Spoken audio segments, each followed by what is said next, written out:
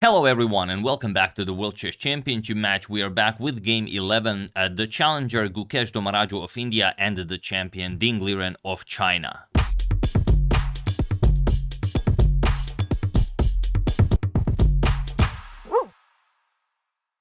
Now, for those of you who still haven't, you still have a chance to beat Medo the chess dog at the ICC and win your special badge of honor. If you haven't done it yesterday already, you don't have to play it at 10+0. Now you can also beat him at a bullet game 1+3, and you get the badge that will last you a lifetime. So have at it. First link in the description below. Beat Medo and wear it with pride. Now, let's get back to the match. Gukesh versus Ding. This is already game 11. Like I said, first 10 games, the score is 5-5. The match started by Ding winning the first game, and Gukesh retaliated in game 3. All the other games have been drawn. Some of them have been more exciting, some of them have been less exciting, but there were some that were really crazy to watch. So I do suggest you watch all of them, but then again, if you really don't have time to watch all of them, I would suggest maybe game 1, game 3, game 7, and game 8. Those would be the one that I would recommend before diving into the fresh content. So as usual, we will check out the handshake before the game. So this is the handshake. You can see nothing weird happening. Still no eye contact. We still have 3 more rounds of classical. Maybe we will have eye contact, but more interesting than that, in the background, a little blurry, you can see Bobby Fischer's good friend, the legendary Filipino Grandmaster Eugenio Torre. He was one of the people that made the first ceremonial move. So always very happy to see him when chess is being played. Now let's check out the game, as this is sorry about that, one really awesome game. The Gukesh with white opens with knight to f3. He starts off with a Reti. We have pawn to d5 by Ding, and now pawn to c4. And this is a really wild variation, because you know that we've already had a Reti in this World Chess Championship match, but in game 4, Ding went with pawn to e3. It's a slower line, and well, you know how it went for Ding. It was a pretty quick draw. But here Gukesh plays pawn to c4, and he's inviting pawn to d4, which, well, it says that he's ready to launch forward with pawn to b4 and play some sort of a reverse Blumenfeld gambit, or rather, if you don't know what that is, sort of a Benoni type structure with the white pieces. So you're going to be up a tempo, but you will play something that is usually played with black. And here Ding accepts the challenge. He plays pawn to d4, not spending a lot of time on this, maybe a minute, and now pawn to b4. Pawn to b4 is the second most played move here. g3 is a bit more common, but pawn to b4 still very much played, and now Ding strikes with pawn to c5. Again, not thinking too much about this, but I'll just show you the main line, just to show you how complicated this is. The main weapon against this structure with c4, b4, and knight to f3 is actually pawn to f6. And now I will show you an example of what a crazy structure you can get, like e3, pawn to e5, pawn to c5, pawn to a5, let's say bishop b5 check, c6, bishop to c4, and now, okay, white is threatening knight captures on e5 with some queen to h5 check action, which you would usually see when you face, let's say, your uncle over a beer, but it is also possible here, and it is even the top line. Knight captures on e5, f captures, queen to h5 check, g6, you will capture on e5, nicely connect with black's rook, and after, let's say, queen e7, you will gobble up the rook, and after, let's say, the knight gets developed, it seems like black is getting destroyed here, but it's actually a perfectly fine position. Like d3, bishop to e6, you will offer a trade, knight to d2, let's say knight b to d7, both players castle, castle's kingside, castle's queenside, and I mean, look at this mess. So this is what you would expect from a main line here, and it's actually pretty good for black. But here Ding goes for pawn to c5, and now pawn to e3. b5 also can be considered, you could also maybe play bishop to b2 right away, but Gukesh goes for pawn to e3, and we do have the reverse Blumenfeld gambit pawn structure. And now knight to f6 by Ding. The real trick here is what happens if you accept the material, like you just play d captures, and after f captures, c captures on b4. Well, first of all, you give white the full center, and it's something you don't want to do, especially in a World Chess Championship match if you don't know the line. Let's say knight f6, bishop to d3, bishop to g4, and the game continues. But I mean, look at this. White has the bishop pair, the center, castling kingside is coming, the semi-open f-file for the rook. This is, and especially if Gukesh prepared this, you do not want to face him in this. So after e3, knight to f6, and now there are a couple of games that have reached this position, like bishop to b2 is a known move, e captures on d4 is a known move. A move that can be considered, but I don't think it was ever played, is pawn to b5. Looks a bit anti-positional, but after a6 and bishop to b2, black will play pawn to g5. Threaten pawn to g4 to win the e5 square, and even if you capture that pawn, still pawn to e5, and black's position is looking very, very good here. So just to give you an example, but here Gukesh just plays pawn to a3, and it is now already as of move 5 that we have a completely new game. And you can see that Gukesh is playing moves instantly. He still has almost 2 hours on the clock, whereas Ding spent quite some time getting to this position. He already burned 40 minutes, and he continues to burn more. He plays bishop to g4 here. Might not be your everyday move because you only have a knight in the game, and you know from experience that bishop to g4 is never a good idea. You should continue with something like knight to c6, face this pawn to b5. We can even show it like knight to a5, and it looks weird, but you will play b6, and this knight will be very happy here. Like captures, pawn to b6. You can play bishop to b7. You can play bishop to f5.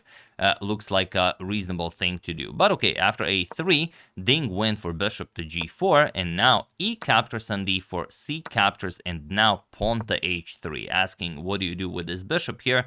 If you go to h5, you know that g4 is coming. So Ding again spends a bit more time, captures on f3, queen captures on f3, and now queen to c7. And now if you look at the clock times, Gukesh 1 hour and 59 minutes, so he still hasn't spent even a minute on you know, his thinking about chess in this game, and Ding well over an hour. So he already spent 1 hour and 10 minutes. And now pawn to d3. You could consider bishop b2, pawn to c5, but that's the beauty of Gukesh's position. You can consider many things, but it seems that he just decided to continue playing fast. He plays pawn to d3.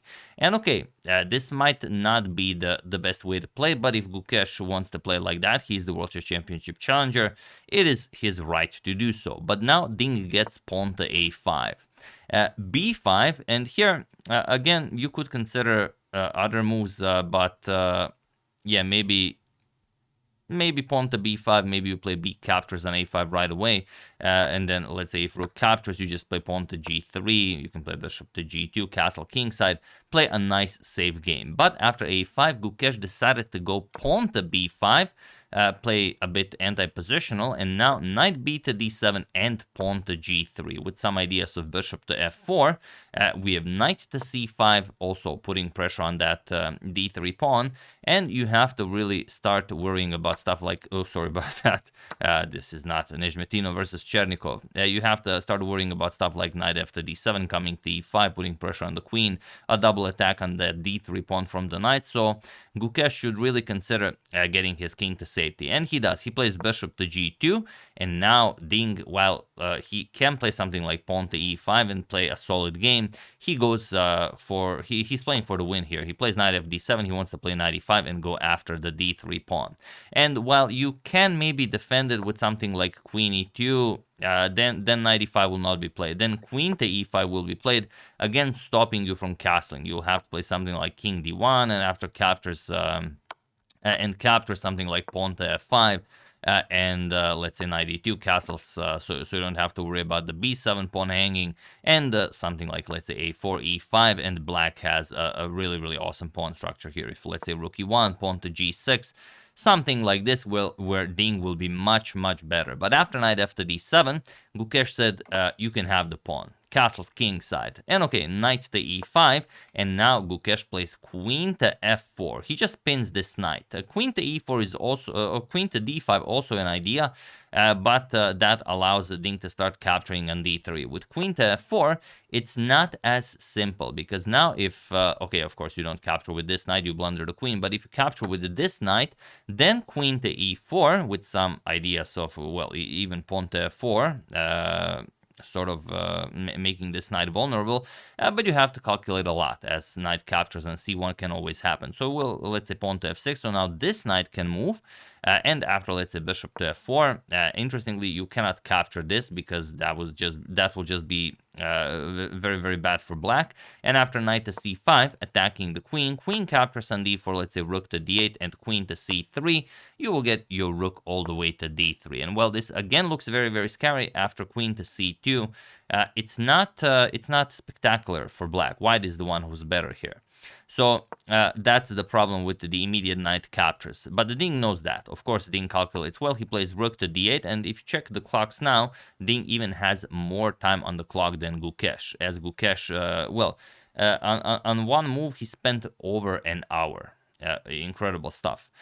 Rook to d1. Defending the d3 pawn as the e5 knight is pinned, but you could also consider some other moves. Let's say you play knight to d2, and I'm just going to show this because it's a really fun line. Let's say you go pawn to e6, pawn to b6 now. This pawn to b6 is a move that you have to calculate at every point in time during this game, because the only thing defending the knight on e5 is the queen on c7. So you're going to have to move the queen to, let's say, b8, and now after rook to b1, okay, the pawn can now be captured. You will move the queen, and then after something like pawn to a4, you will go rook to b5. And already this is a very, very unsettling position. Like, how do you approach this? It's really wild. It is equal, but I mean, the black king still being in the center of the board can be comfortable playing this. So after rook to d8, rook to d1 was played, not allowing the capture on d3, and now pawn to g6 by Ding. And this was one of the moments where everyone thought that Ding has gone mad, because he has a really promising position, and with pawn to e6, it will be very, very hard for Gukesh to play this. Point is that after, let's say, pawn to b6, it will be played at some point, so you might as well play it now. You can play queen to d6, and now you don't have time for a4 and bishop to a3. You will go knight to d2, and now you will start capturing. Knight captures, let's say queen captures, bishop captures, rook to b1, and now knight captures, rook captures, and king to e7, and, well, these pawns are much, much weaker than black's pawns. Black's pawns are much harder to reach, especially with white having a light square bishop, and well, you will very easily gain control in the center. So black will be better here. But after this g6 move, after rook to d1, Ding went for pawn to g6. He thought, okay, either we go bishop g7, or we even play h5 and bishop to h6, attack the queen and the bishop here. It seems like that's the way to go, but he miscalculated. Gukesh now plays pawn to a4, and now the problem is, if you go, let's say, bishop g7, then bishop to a3 is just so strong. For example, pawn to b6, if you don't want allow pawn to b6 by white, which will be deadly, now you allow bishop to c6 with check. Again, the knight cannot capture, as the queen is hanging. You're going to have to move the king, and now you'll capture on c5, create a passed pawn, and now you just continue development. You can go knight to e4 to put pressure on c5, also knight b3, attacks c5, attacks a5. It's going to be very, very hard to defend this with black. So after pawn to a4, pawn to h5 by Ding, now banking on bishop to h6 to make a difference, but pawn to b6. Gukesh now doesn't let him breed. Queen to d6, and now bishop to a3. Again, showing that Ding is not in time, but he still plays it, bishop to h6. And it is objectively best, but as you'll see, not easy to calculate. Now, Gukesh could play queen to h4, but the Ding is already lower on time now than Gukesh, and he just goes for bishop captures on c5.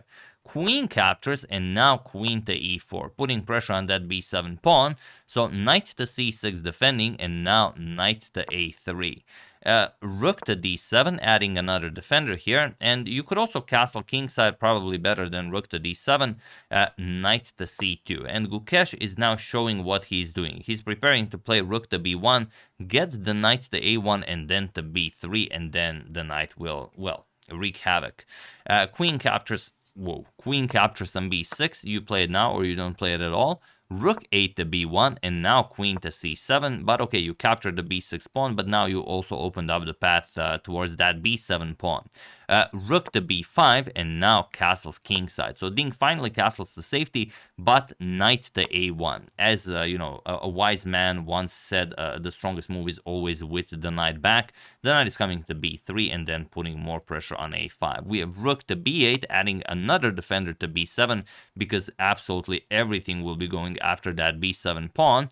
We have knight to b3, and now Ding played pawn to e6. The real key here to defend this position is not easy to locate. The idea to defend is a rook to d6. I'm just going to show it because, again, it's a lot of fun. Knight to c5, putting more pressure on b7. Now you will play rook to f6, and now after rook d to b1, going once again after b7, you will invite it, knight to a7. And now after a trade has been made, rook captures, and knight captures. Now you just go back, knight to c6, and you hold. The material is equal, you defending the a5 pawn, and white can try, but objectively it is manageable. However, after knight to b3, pawn to e6 by Ding, already down to 7 minutes on the clock, knight to c5, attacking the rook, and the rook to e7. And here Gukesh played rook d to b1. He can start winning material right away. Gukesh's position is already winning at this point. Maybe a super engine can save it, but it doesn't appear to be possible. Like after knight captures, what do you even play now? Queen captures is coming next. Even if you try to complicate, then you have to give up the d4 pawn, and now white is just up a pawn in a much better position. So maybe your only way to play this, but Gukesh played rook d to b1, and now he allows Ding to defend this position by playing knight to b4. He still has to give up the b7 pawn, but okay, you have to give back the pawn at some point. But now Ding completely blunders the game. He plays queen to c8, and now Gukesh is completely winning. I'm not going to tell you why, because some of you might not have seen the game, so feel free to pause the video and win the game for Gukesh, take the lead in the World Chess Championship match, and get one step closer to becoming World Chess Champion. While I give you a couple of seconds.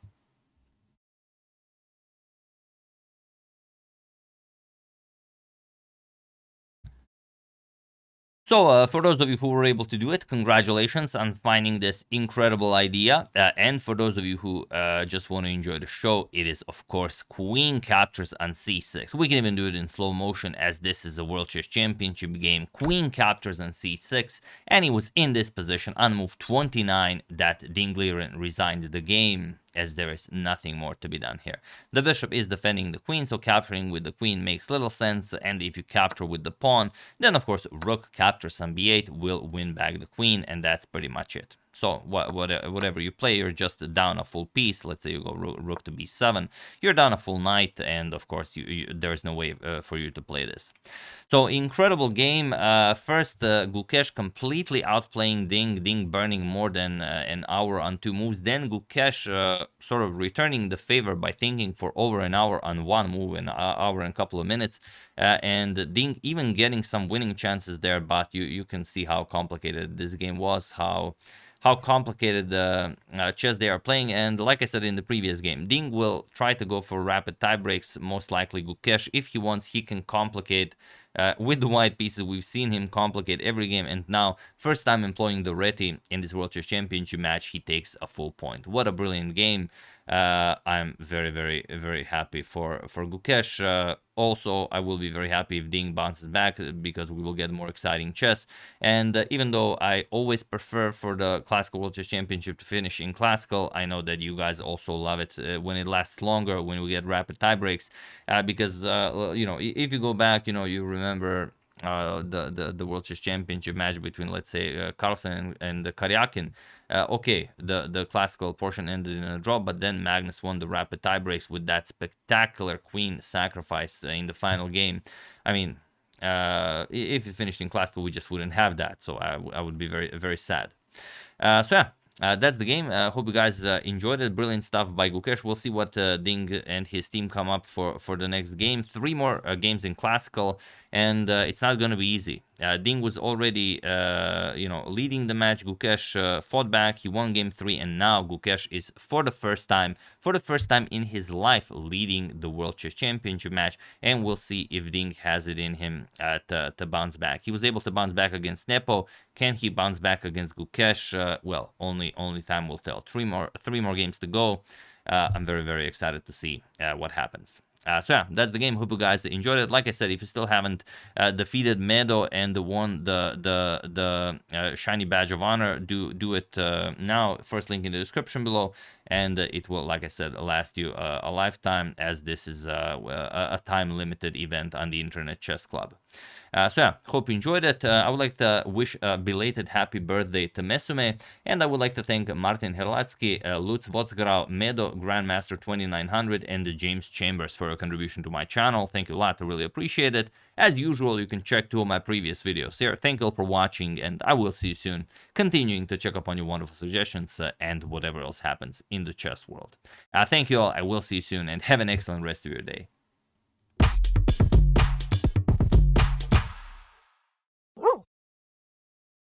See you soon.